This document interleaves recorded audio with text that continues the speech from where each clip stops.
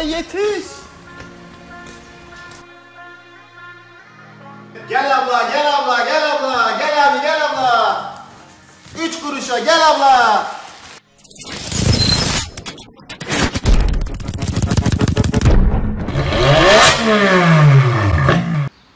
Gene o an Volkswagen'deyiz arkadaşlar. Biliyorsunuz RS4 aynalarımız geldi. İşte 360 kameralı, kör nokta asistanlı vesaire vesaire.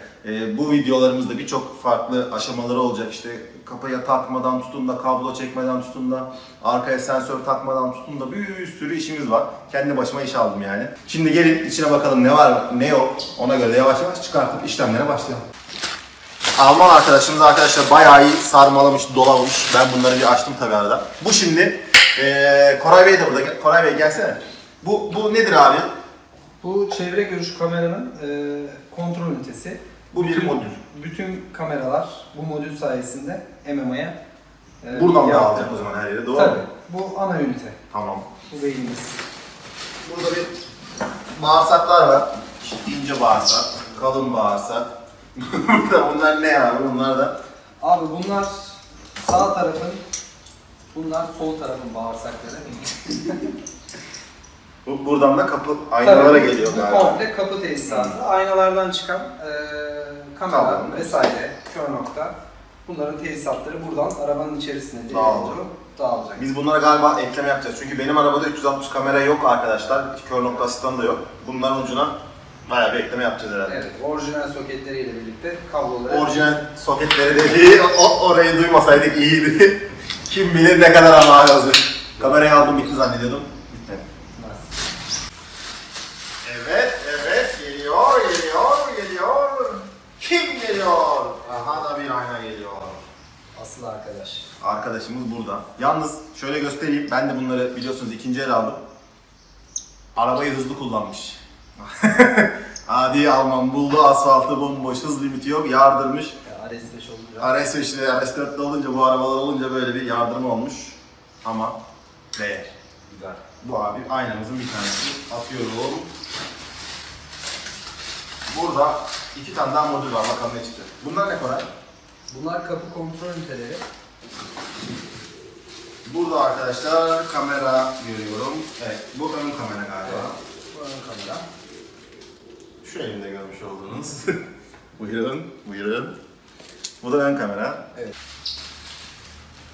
Bu arka kamera sanıyorum. Arka kameramız bagaj açma butonuyla birlikte. Bu değişecek mi benimkine göre? Bende şimdi şey yok çünkü. Yani açısı falan farklı mı bunların? Evet. Ya bu şöyle, kameranın türleri de farklı zaten. Arabanın üstünde şu anda standart bir kamera var zaten. Aynen. Bu çevre görüş kamera. Bunu da değiştireceğiz. Arabanın üstündeki kamera boşa çıkmış olacak. Satacak bir şey daha. Onu da satacağız. Bir maske var. Bu da öbür aynamız. Haliyle arabanın bu tarafını da hızlı kullanmış. İdare eder arkadaşlar, evet. İyidir yani. Aldığım parayı düşünürsek gayet iyi yani. Güzel. Bunların sıfırı bilmiyorum ne kadar. Sıfırı çok Bir güzel 15 falan olacak muhtemelen çünkü bu en dolusu. Evet. Ben tabii hiç öyle anlamadım. Ya buradaki satış fiyatlarıyla sıfır servis fiyatlarıyla 15'in üzerine gelir. Başka da bir şey kalmadı herhalde. Evet. Gerisi boş.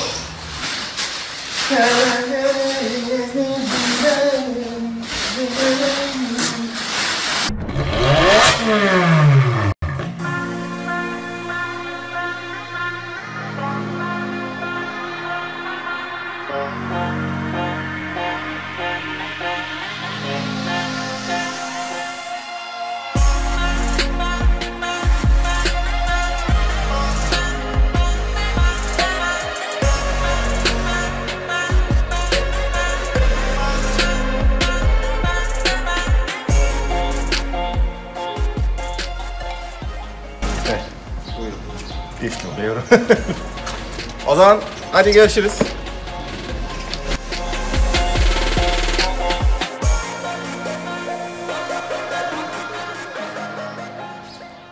Bayağı bir yer sökecek şimdi Koray. O aynaları oraya takmak için önce işte kapı döşemelerini söküyoruz. Onların tırnakları vesaireler işte.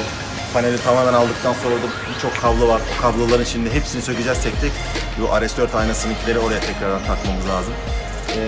işte ayaklarda bir sıkıntı olacak mı olmayacak mı şu anda soru işareti. Yani kağıt üstünde baktığımız zaman birebir plug and play oluyor. Yani takınca çalışacak gibi görünüyor ama bu işlerde arkadaşlar her zaman bir sürpriz payı var. Elime de şapık diye. Bir sürpriz payı var. Onu inşallah yaşamayız diye umuyorum. Yaşarsak ne yapacağız? Aynanın gövdesini sabit bırakacağız. Benim aynanın gövdesini parçalayacağız. Onun aynanın gövdesini parçalayacağız. Benimkileri ona, onunkileri bana takıp tekrardan buraya monte edeceğiz. Bakın çok ilginç bir şey yapacağız. Üçgen biçiminde birbirimize takacağız. Ben Haydar Bey'e takacağım. Haydar Bey Mehmet Bey'e takacak. Mehmet Bey bana takacak. Bu bayağı uzun bir işlem sürer. İnşallah öyle bir şey yaşamayız. Koray da bundan çok korkuyor.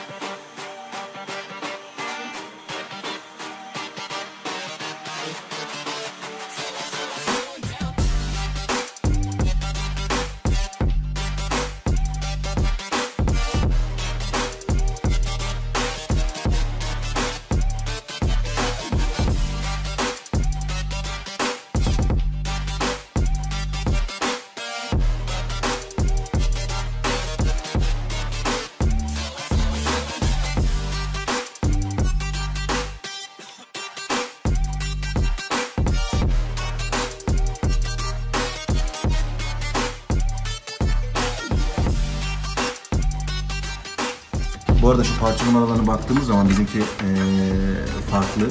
Modüle ne kadar değiştirmemiz gerekiyor birazdan fark edeceğiz, birazdan göreceğiz.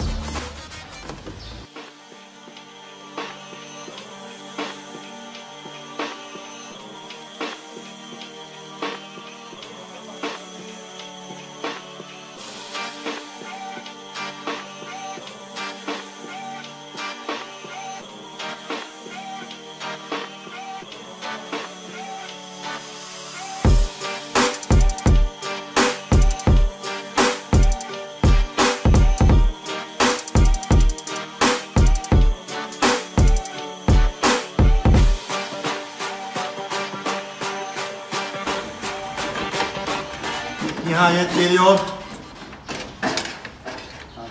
Yeah. Havamızdan da geçirmiyor yani şimdi. Aynayı bulmuşken. Evet, bunu her tarafa bakıyoruz. Şimdi arkadaşlar benimki RS5 aynası. RS4'de de olacağını düşünüyorduk. Koray tırnaklarını karşılaştıracak şimdi.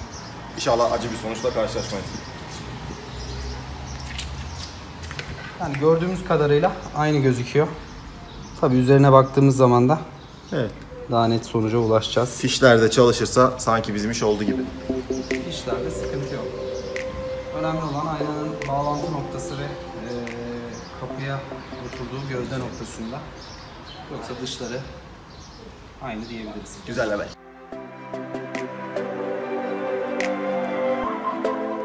Az önce bahsettik, şimdi eğer siz de yurt dışından bir ayna getirmeyi düşünüyorsanız mutlaka right hand drive, left hand drive olmasına özen gösterin. Yani sağdan direksiyonu, soldan direksiyonu. Bunu özellikle İngilizce söyledim ki baktığınızda gözünüze çarpsın, çağrıştırsın. Çünkü aynaların açıları farklı oluyor. O yüzden genel olarak ayna alacaksanız Almanya'dan alın. İngiltere'ye pek bulaşmayın. Ben yaptım o hatayı bir kere, oradan biliyorum. Çok zorlandım.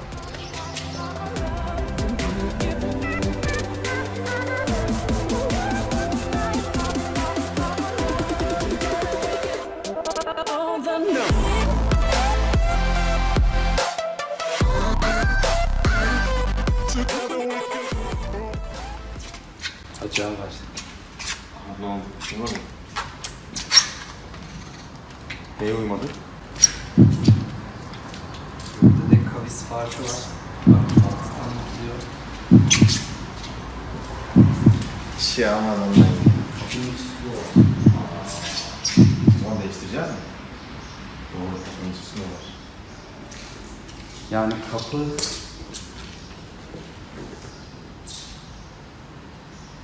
Ben onu düşünmedim ya. Ondan sonra direkt alır.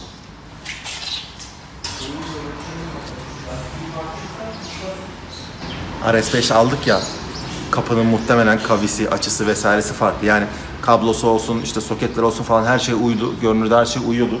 Sıktığımız zaman şurada arkadaşlar, şurada açıklığı görüyor musunuz? Burada bir açıklık kaldı. Şimdi bu alt kısımla benimkinin altını değiştirmeye çalışacağız.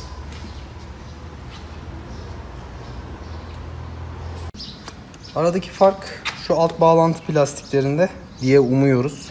Gövdede bir fark yoksa eğer yerlerini değiştirdiğimizde sorun çözülecektir. Kaportanın kavisiyle alakalı A4 ve A5 burada daha uzun, daha geniş bir alan var. Burada daha dar. Burada demek ki kaporta biraz daha dik seyrediyor. Bir değiştirelim bakalım, deneyeceğiz. Olmazsa Sertaç abiyi yolluyoruz. Vay vay.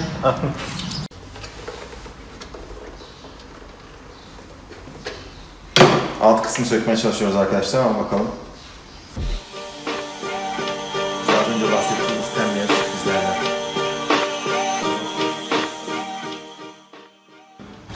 Çevirsin. O karartmalı ayna. Tamam, karartma. Yapıştırma Hani değil. ben öyle kalkacak gibi düşünüyorum. Yok. Şu çizgiden itibaren alt kısmı, bunun içinde bir sıvı var. O ışık vurduğu zaman bu sıvı Yeşeriyor zaten. Aynen. O Polarize zonu. çizgiden itibaren içindeki o sıvı sayesinde dışarıda o Çok başarılı zaten. Hani ben harbiden bunu böyle bir üstüne film çekilmiş tarzında düşünüyorum. Ben de çok cahil düşünmüştüm.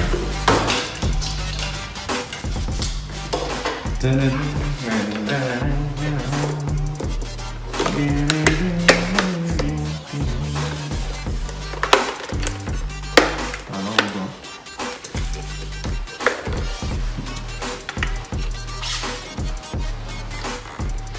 Olacak. Yani şu anda böyleyim arkadaşlar.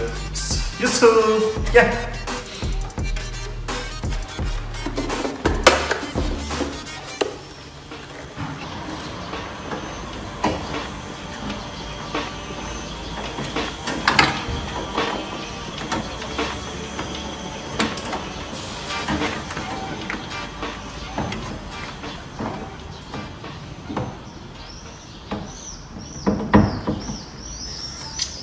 Oldu.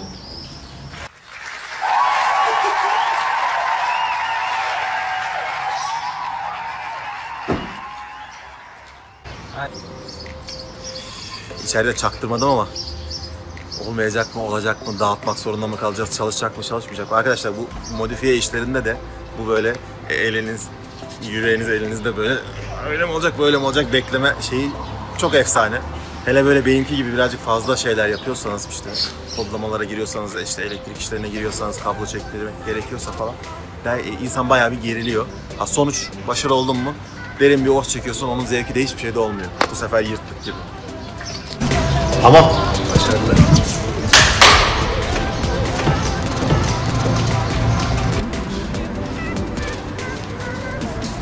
Siz olun, 4 serinize 5 serinin malzemesi almayın.